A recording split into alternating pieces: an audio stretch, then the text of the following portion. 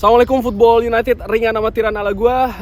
Sore hari dari taman, tapi taman yang berbeda. Kali ini gue ingin ngobrol ringan, news update aja nih ya. Ada beberapa informasi yang ingin gue share. Bismillah, sambil ngopi sore-sore, bismillah.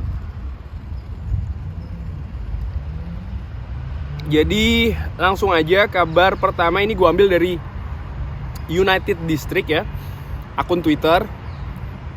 Informasinya diambil langsung dari Manchester United, manunited.com, kalau pertandingan antara Manchester United menghadapi Leeds United di weekend, kalau nggak salah hari Ahad, itu juga akan ditunda, dipospon, masih terkait dengan wafatnya Ratu Elizabeth. Karena kabarnya ya kayak polisi atau keamanan dari kota Manchester ini akan banyak memang membantu ya, atau diikut sertakan ke acara pemakaman. Kabarnya sih begitu ya. Jadi yang jelas intinya pertandingan hari Ahad weekend antara Manchester United menghadapi Leeds United ini akan ditunda. Jadi Derby of Roses ini ditunda. Artinya lagi, maka dua pertandingan Liga Inggris, yaitu Manchester United menghadapi Crystal Palace sudah ditunda ya kan, dan sekarang menghadapi Leeds United juga akan ditunda. Jadi minggu ini Manchester United hanya bertanding sekali di ajang Europa League away menghadapi wakil dari Moldova, Sheriff Tiraspol. Kabar lainnya yaitu adalah Luke Shaw. Luke Shaw ini sebenarnya dipersiapkan ya ketika menghadapi Real Sociedad untuk tampil dari awal.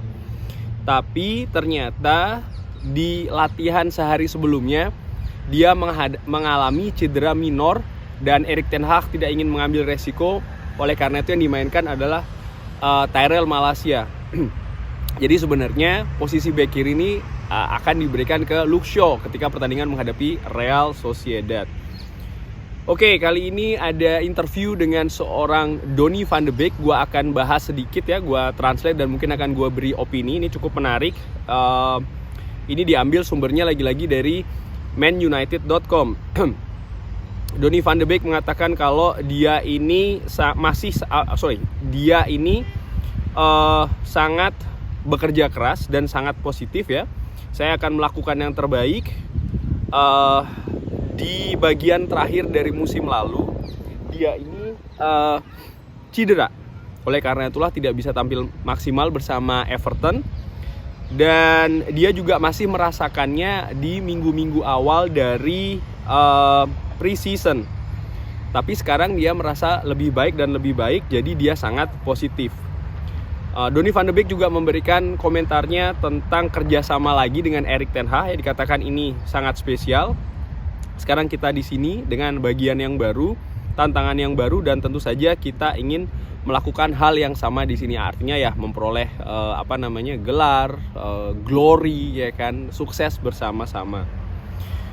Lalu Donny van de Beek juga mengatakan kalau saya pikir kita masih bisa melakukan yang lebih baik lagi, kita masih bisa improve, kita masih bisa berkembang, dan kita juga mendatangkan beberapa pemain baru, top class player ya. Tentu saja mereka akan membantu tim untuk bisa berkembang lagi. Kita berlatih sangat keras setiap hari dan kita memberikan banyak waktu untuk hal tersebut. Saya pikir kita bisa lebih baik lagi setiap minggu dan kita sangat mendorong untuk hal tersebut. Jadi memang Donny van de Beek ini sangat-sangat positif ya. Lalu Donny van de Beek juga mengatakan kalau klub seperti Manchester United membutuhkan banyak pilihan dan membutuhkan skuad yang besar untuk bermain dan juga untuk memiliki musim yang bagus. Saya berganti kadang-kadang saya bermain nomor 10, kadang bermain nomor 8 di Ajax, bahkan saya bermain kadang-kadang nomor 6. Jadi saya bisa bermain di banyak posisi. Saya pikir kita membutuhkannya karena ini akan menjadi musim yang sangat keras, yang sangat sulit. Semuanya ingin bermain, tapi Anda harus menunjukkannya dan Anda harus improve diri Anda setiap hari untuk bisa berada di starting 11. Yang menarik adalah pernyataan dari Donny van de Beek yang bisa bermain di banyak posisi. Menurut gua ini merupakan salah satu hal positif dari seorang Donny van de Beek, di mana dia bisa bermain di banyak posisi itu tadi, di posisi nomor 10, posisi 6 dan juga 8, di mana sampai sejauh ini di posisi-posisi tersebut, dalam tanda kutip sayangnya ya, persaingannya juga cukup keras dan ketat. Di nomor 10 ada Bruno Fernandes, di posisi nomor 6 dan 8 ya ada Christian Eriksen, ada Casemiro, ada Fred, ada Scott McTominay. Tapi menurut gue Donny van de Beek ini memiliki karakteristik permainan yang berbeda dari pemain-pemain yang gue sebutkan tadi ya. Dan ini berarti ya dia unik bisa dimainkan nantinya sesuai dengan katakanlah strategi atau keadaan di pertandingan yang tentu saja satu dan yang lainnya ini akan berbeda. Wah, sorry. Ada lebah. Ditambahkan lagi ya tentang kultur yang dibutuhkan untuk ya Anda memiliki peluang, kurang lebih demikian ya. Donny van de Beek mengatakan kalau itu seharusnya yang dilakukan di klub besar. Kita harus bisa sukses dan kita harus memiliki klub yang strong atau yang kuat ya. Dan ini sangat bagus kita memilikinya saat ini. Energi itu sangat penting dan itu merupakan hal pertama dan sangat penting. Spirit dan juga agresi. Anda harus memiliki keinginan untuk menang. Donny van de Beek ya, artinya dia melihat bahwa persaingan banyaknya pemain di masing-masing posisi ini merupakan sesuatu yang positif. Sekali lagi dia melihatnya banyak dari sudut pandang positif dan itu menurut gua salah satu poin plus dari seorang Donny van de Beek, di mana dari musim-musim sebelumnya dia memang selalu positif ya dalam melihat segalanya, dan ini menurut gua salah satu hal yang mungkin ya bisa menyebabkan dia ini sampai sekarang akhirnya bisa berada di Manchester United. Dan gue sepakat energi itu penting dan juga spirit dan juga agresi, artinya attitude, karakter di lapangan ini sangat penting, keinginan untuk menang, dimana di 2 pertandingan awal Manchester United tidak memiliki hal ini. Yang didapat apa? Justru kekalahan. Kali ini ke Christian Eriksen ya. Dia memberikan ini ada beberapa informasi. Dikatakan kalau Brentford itu menginginkan saya untuk stay, tapi saya ingin mengatakan di mana saya ini dalam karir saya, dan saya punya peluang ya untuk step up, untuk bermain sesuai dengan yang saya impikan dan saya harapkan. Saya ingin memulai karir saya dengan datang ke klub yang lebih besar. Lalu ditambahkan Manchester United ya, ini menurut Christian Eriksen adalah salah satu klub terbesar di dunia. Ini tentu saja kebangkitan dari apa yang terjadi sebelumnya. Artinya ya dia sempat kolaps, lalu selesai di Inter Milan, lalu pelan-pelan bangkit di Brentford dan akhirnya bisa ke Manchester United. Dan itu membuktikan ya kalau Anda bisa mendapatkan penawaran dari Manchester United, itu tentu saja sangat luar biasa. Ini adalah klub yang sangat besar yang saya bergabung, artinya saya bermain. Ya tentu saja drama dari Christian Eriksen pada saat itu cukup agak belibet cukup membuat gue deg-degan sih. Apakah dia akan ke Manchester United atau tidak? Bagi sobat Football United yang sudah mengikuti channel ini dari sebelum-sebelumnya, gue ingat waktu itu gue bikin konten di depan Old Trafford.